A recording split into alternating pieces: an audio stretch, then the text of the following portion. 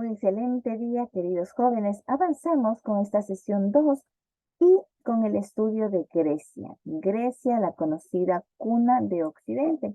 Recordemos que anteriormente hemos venido estudiando de dónde estaba ubicado Grecia, que es importante recordarlo un poco.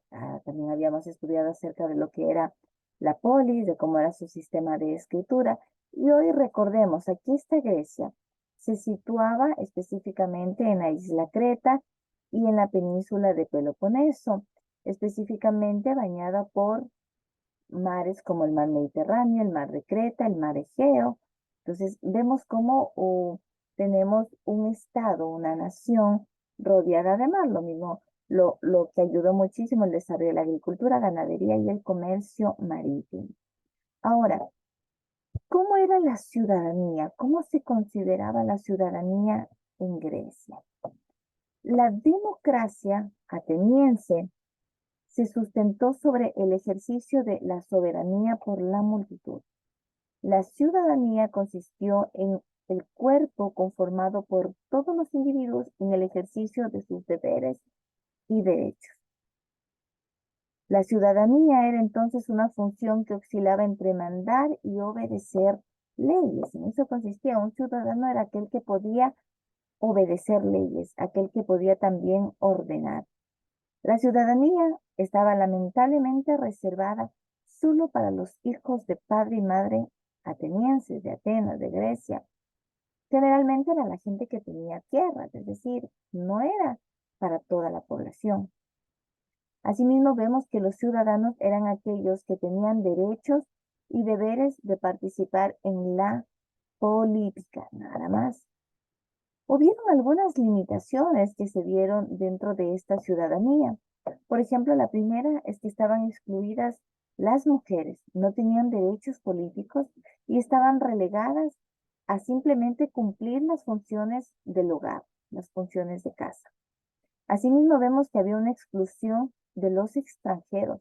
Los extranjeros tampoco tenían derechos, no podían ser ciudadanos, ¿sí? Generalmente los extranjeros se dedicaban a la artesanía y al comercio, nada más, pero porque se consideraba que esta no era una actividad importante. Por último, tenemos la exclusión de los esclavos. Los esclavos, que era un grupo muy numeroso, que eran prisioneros de guerra, prácticamente eran aquellos que no tenían derechos. Entonces aquí vemos cómo los no ciudadanos eran las mujeres, los extranjeros y los esclavos.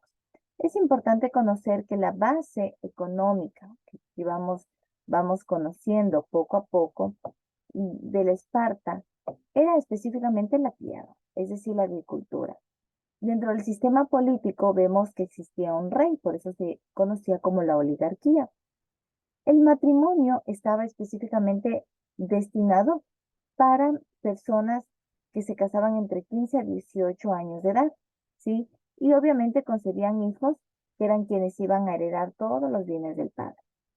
El tema de infidelidad era un tema un poco complejo porque en el caso de que alguien quería divorciarse podía hacerlo solo el esposo, la mujer no tenía este derecho.